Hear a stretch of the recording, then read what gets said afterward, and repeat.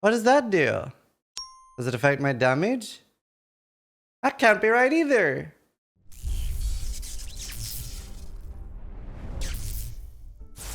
Hi, Zizaran here with another video, and today we're going to cover third-party things and websites that are really useful and almost mandatory for your Path of Exile experience.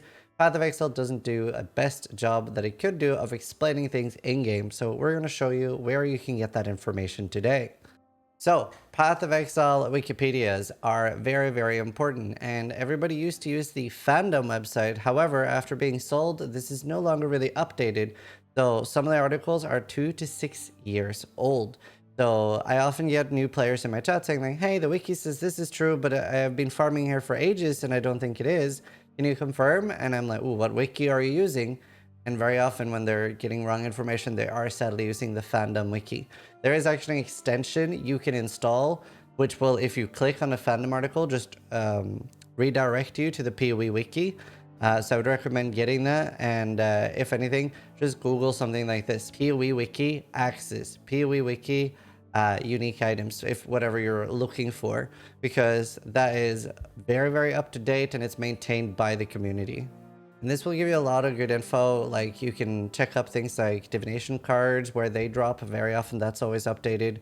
And especially things that don't change a lot, like what is the best base type for armor evasion chests and things like that. And learning these things can help benefit you a lot.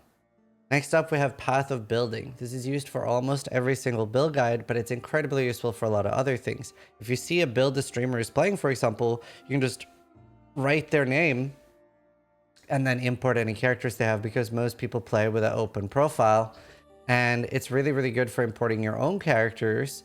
And you can then find out, like, for example, I'm playing Artillery Ballista, so let's say that I'm a little unsure what actually scales the damage of the build. So Artillery Ballista, it's a little bit wonky. I actually have to add the old damage from hits with this weapon can poison, because if something shows red, if you see at the bottom there on the Crucible tree, it says all damage from blast rain and artillery ballista can poison, but Path of Building can't like compute every stat, so sometimes you have to add some stuff yourself if it's a more niche build. But then I would click artillery ballista, and then artillery ballista has multiple projectiles and we have multiple ballistas. I like to be really conservative with my damage, so even though I do fire, I think it's 8 or 10 arrows now, I'm gonna assume that I have the 6 ballistas down and they're firing 3 arrows each, giving me a count of 18. So a very, very conservative 1.4 million damage, not against bosses. And you can like add and make sure you set up everything to, let's say that I'm going to be killing like Shaper, right? Then you can start setting up everything you have, and you really do want to be conservative. If you're not a Pathfinder, don't enable your flasks, etc., unless you're going to kill the boss fast enough that they're up. But let's say that I will have frenzy charges, I will have onslaught, and I will have 15 wither stack, right? So now I know that I'm sitting around like 2 million damage without anything else. Oh, actually, the enemy is taunted because I'm a champion. So sorry, I'm on like 4 million damage. And there might have been some things that I've forgotten to put on, but like I said, I always like underestimating my own damage, because that's always better than underestimating, or yeah, like you think you're gonna have a lot more. So now let's like add some things to see what does more damage. So for example, say I want to now figure out, does area damage increase the damage of the build? That's a stat that I can roll on jewels. And I do 12% increased area damage. So area damage doesn't seem like it increases the damage of the build, right? You can see that it's basically only increasing the hit portion of the build. And then I can go look, for example, like we can see that this increases the damage of the build a lot. So that means that we know damage over time does, increase skill effect duration, and you can sort of like play around with different ones. For example, will any form of penetration increase our damage, like chaos penetration or elemental penetration? And we can add, for example, damage penetrates 10% elemental resistance. And then you see that like doesn't really increase it a lot, right? Like adding it by 10, so again, just the hit portion, it doesn't really affect. But what about chaos resistance? Neither of those make like a large effect on my damage. So by learning how to play around with it a little bit, you can really figure out what will actually affect your build. So say for example, 15% ill effect duration. So say for example here, so obviously if there's a typo in it, like right now I'm missing an S, it won't give any damage. But if I add the S, you can see 15% increased duration of ailments. This is a very, very large amount of damage. And this is an example of what I have on my helmet. 70% duration of ailments you inflict while focused. So if I then actually click my focus, you can see that it takes my damage from 3.7 to 5 million damage. So might be a little complicated, but even by adding in your own build, and this is very great at the moment because I get asked so much about crucible trees and things like that. So you can add that to your item by clicking edit and simulate the damage and see, is it actually better for the build? Because it will often matter what kind of stuff is on your setup already. It's not always globally better or globally worse. Do remember though, some things can be hard to calculate, like random splinters. Honestly, it's very, very hard to calculate how AoE overlap and how extra projectiles will matter. At the moment, I am trying to invest into it because it does seem like it is just more overlap and I most likely have a lot more damage than this, but it is kind of hard to tell. Another thing I want to cover real quick is once you've like added that it will calculate the full DPS, you can click on your amulet, click anoint, sort by full DPS, and it'll literally calculate what the biggest anoint is for your amulet.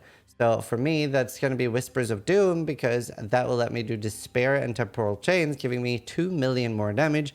Very, very expensive, however. And as a cheaper one, I can get Divine Judgment for very, very cheap. And this is 450,000 damage. So still very good, but it is obviously no Whispers of Doom.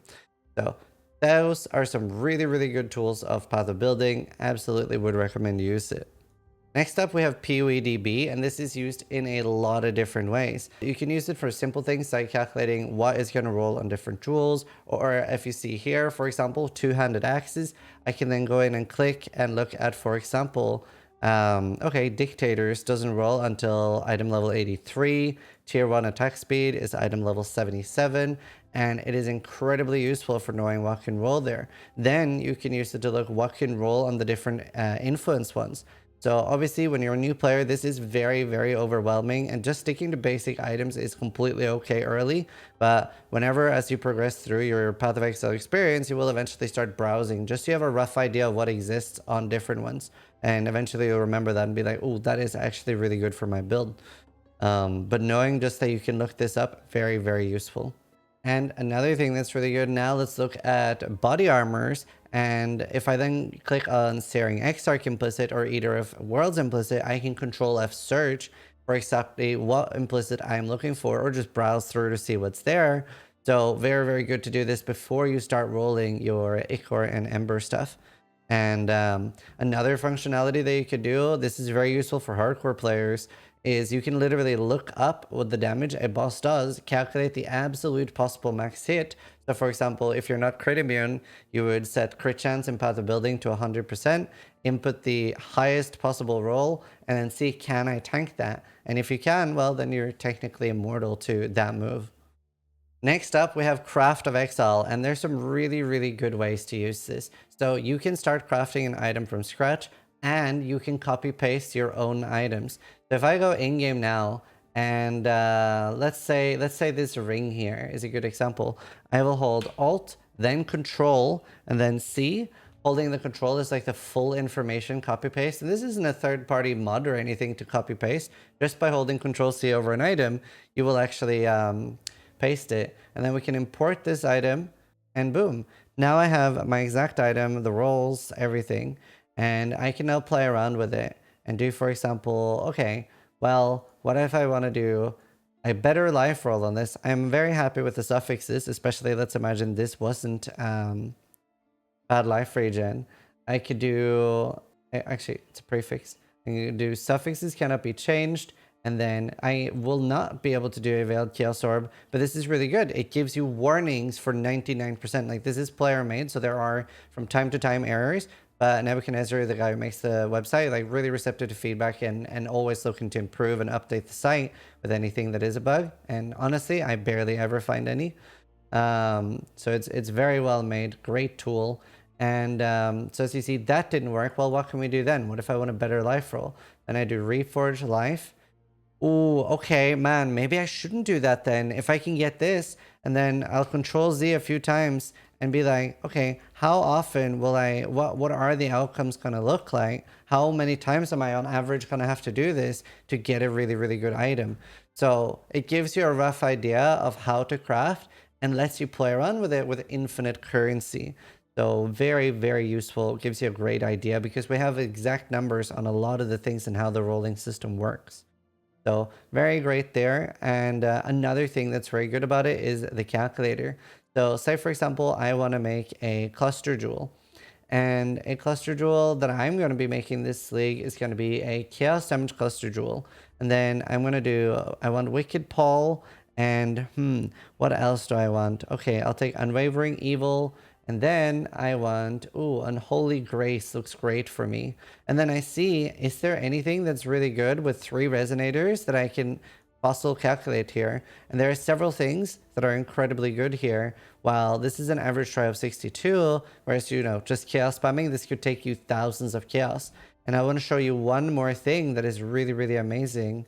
Let's see, let's do a reset here. So now we're going to go to one-handed weapons. We're going to go to convoking wand and we're going to click on fossils because this is honestly one of the most powerful things and making a +2 wand. Now we're going to leave in 4 fossils and one of these is incredibly powerful. This would take you, I think it's something like 300,000 chaos orbs on average to chaos spam +1 all and +1 minion. However, with fossils, it's incredibly craftable.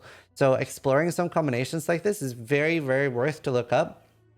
A lot of people don't do it enough. So a few things I discovered, there was a cluster jewel that people really struggled to craft that I found out was 1 in 3 or 1 in 4 with fossils. And previously, before I started like looking that up, people would just chaos spam them and were using tons of currency to craft them. So you can see it's a 1 in 12 to get an insanely perfect endgame convoking one. Now, obviously, this is pretty expensive per try, but it is still way better than 300,000 or 200,000 chaos orbs. So looking up things like this, very powerful. If you learn no other tool, this is one of the best ones. Next up, we have PoeNinja, and there are so many useful functions of this site. You can look at the different leagues and what people are playing. Like here you see that 11% are playing Righteous Fire with Fire Trap, 7% are playing Lightning Arrow, a build a lot of people said would bait, and 6% is playing Bone Shatter, and loads of people are playing Toxic Rain, etc. You can compare the differences between hardcore and softcore. On hardcore, you see 8% are playing Bone Shatter, so Righteous Fire not being the #1 here, and 4% are playing Explosive Arrow.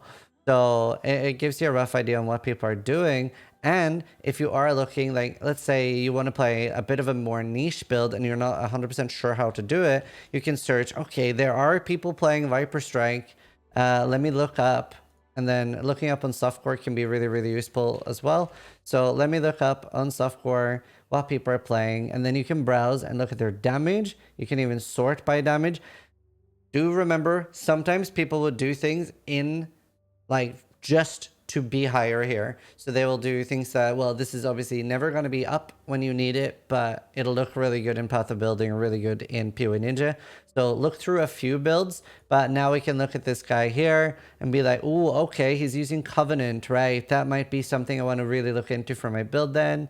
And you can look at the gem setups they're doing, and browsing that can make you really, really get a good idea for a build that you want to do without actually following a build guide. And between looking up a few different people and seeing what they're doing, you really get a good idea what works. It does also show you things in the economy. So you can say, for example, like the price of mirrors and how that's changed. So this is like based on what things are sold for. And yeah, there's just a lot of useful information here. Obviously, very, very good site to keep an eye on and use. Another really good website is divcards.io. This is made by one of my community members, Mariner, and he tries to update it as much as he can using the data mine stuff from PoeDB, but very often you will see, I don't think I have one at the moment. I do. Colosseum. Find the stack of full divination cards. Then we go to the website and we search Colosseum, And then I'll see, okay, cool. Is there any of this that I need? Well, no, really nothing. The only one is Aziri's Disfavor, which is a boss drop, and it's probably unlikely that this will not proc until I get to the boss. So I will probably not get a Disfavor by doing this, but then I can look up, okay, Cemetery as Brother's Gift, Brother's Stash. It is just a stack of 1, but you know, I've actually had this from that like guaranteed div card drop. So it can drop even the ones with 1 stack. And then, ooh, what about Crimson Temple? It drops a Mage Blood card. You could literally get a full stack of Mage Blood from these. So honestly, this is how I spam almost all my Keurig missions. And very often I'll get some of the good cards, like the ones that give Exalts, Divines, or just really, really useful cards in general that would take some time to farm. It's especially useful for the 6th link cards. So farming things like Residence, whenever you see that come up with full stack of div card, this has so many good cards. It has the Dapper Prodigy for 6th link body armor, it has Home for exceptional gem. This is Empower, Enlighten, and Enhance. And it has the Sephiroth. This is also a boss drop, I think. But either way, great, simple website, does exactly what you'd want it to do. And last but not least, we have PoE Lab. So the lab in Path of Exile updates once every day, and there is a countdown generally for when it is. But let's say you want to see what the Uber Lab is like today. This is made by Suit Size Small, and he's been doing this for 6 or 7 years now, where he generally will run each lab on, like, they're all updated within 30 minutes to an hour of the daily reset every day. So absolutely insane commitment of doing this every day for 7 years. So today you can see that it's a 200 Mace Izaro. These are like oh, this is a really good lab. I'm going to be running lab today. No golden door. Yo, this is sick. And then it has gargoyles and charge disruptors, and it tells all the information. So blade sentries, that's like the last lab. It'll say some notes about the shortest path, if there are secrets, and where Argus is. So D is for Dark Shrine, G is for Gauntlet, and then P is for a puzzle, and they can have the curious tests and stuff in there. Honestly, amazing tool, and yeah, a lot of love for Suit Size Small for updating this every day. So that is pretty much the third-party things that are out there. There are obviously more, but not everything I'm comfortable with recommending. So keep that in mind, and hopefully a lot of these tools are very useful and help you in your Path of Exile career. So thanks for watching. Sub if you liked the video, but more importantly, try to die less than I do.